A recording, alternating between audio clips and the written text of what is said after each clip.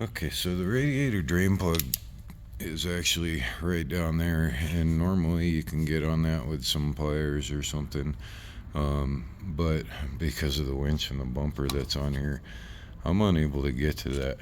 So what I'm gonna do is drain it at the thermostat. Be careful if you do this, especially if it's hot. You might take the serpentine belt off to avoid getting any coolant on it.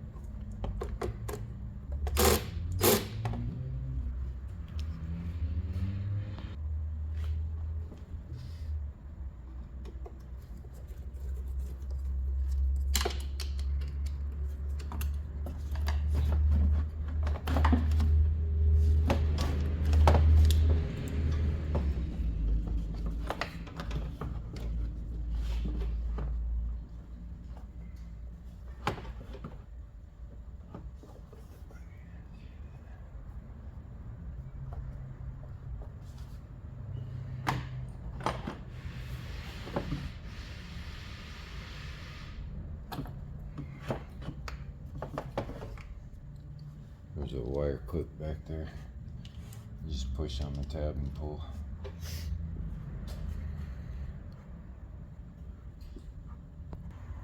Okay, that's gonna open up your thermostat housing. There's gonna be two bolts, one on top, one on bottom. They're both 10mm. You're gonna want to remove this hose first. Remove this hose and then the two bolts. Again, I'm gonna drain it from this hose. So I'll probably put a clamp on the hose to hold as much coolant as I can, and then I'll let it drain down. It doesn't look like anything's gonna hit the serpentine belt because it's a bit further back, so this will all drain out. So I'll just let it drain into the bucket that I've got down there, and then I'll clean all this up afterwards.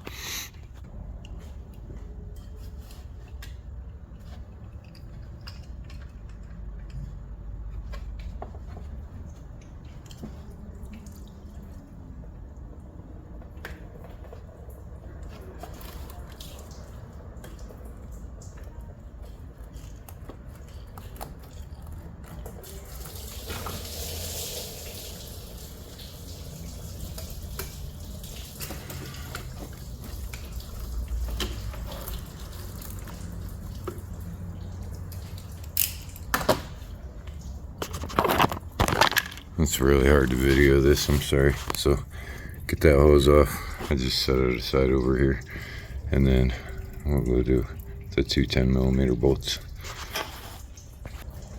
So I'm just using a 10mm and a little extension.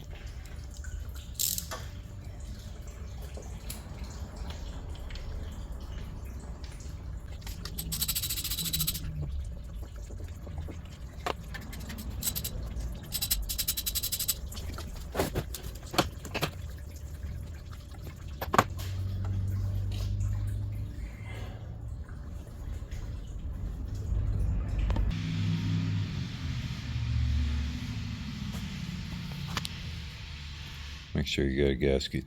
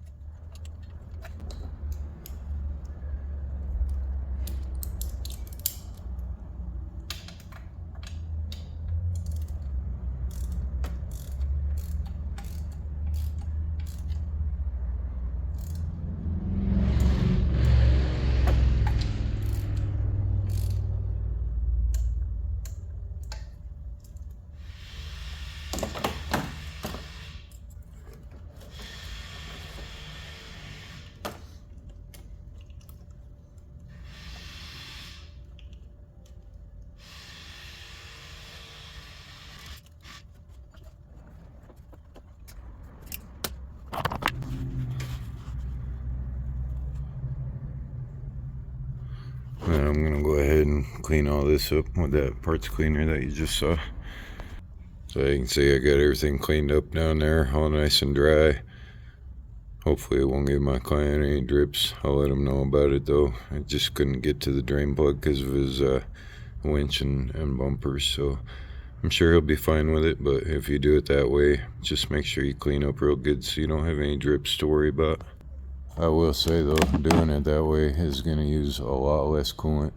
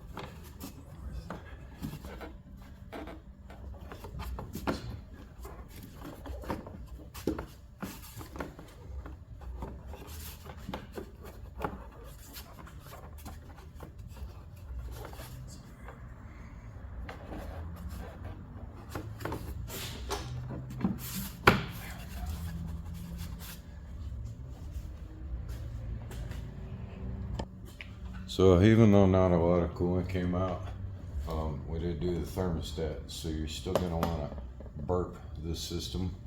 There's a lot of videos on that, so I probably won't show the full process. But once you get it topped off, you wanna run it for a while and get the thermostat to open up, because there's gonna be air behind the thermostat since we took the thermostat out and a little bit of coolant came out. So you wanna refill that coolant in there by burping the system. So if you're not familiar with that, you might go ahead and Google or YouTube a video on that. I don't usually, it's kind of a long process, so I don't usually video it.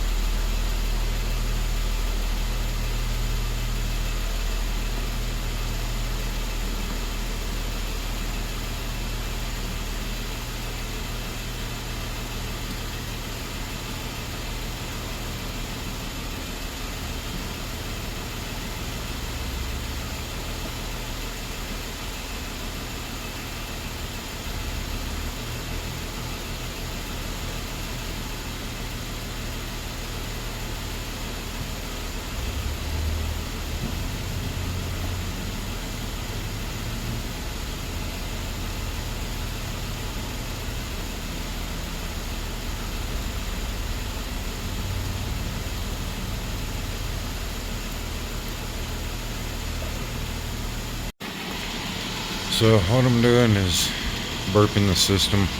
I'll get into this a little bit while I'm doing it, but basically you're pushing all the air out of the system. This is a special funnel setup. I can list it in the description if you're interested, but you're going to let the vehicle run until the thermostat opens up, and it's going to push some air through. You want to get the air out of the engine block and throughout the system. That way you or your client doesn't overheat as soon as you guys start driving down the road. So this can take some time, usually about 20-30 minutes. Again, if it's not something you're familiar with, there's a few YouTube videos on how to do it, but it's pretty straightforward. You just kind of keep your eye on the coolant, make sure nothing bad's happening, keep your eye on the temperature. If you don't know how to tell when your thermostat has opened up, there's a couple different ways. One way is the heater will get hot again. You should have the heater running the whole time you're burping the coolant. So your heater will start getting hot again. Like right now, the heater on this one is cold because it's low on coolant. So once it starts flowing coolant, the heater inside will get hot again. Another way to know is that the fan will kick on to cool the vehicle down, and that way you know the thermostat has opened up. Once you got the system burped, check for leaks, give it a top off, restart it, let it warm back up, make sure the temperature is going to stay okay, and you're good to go.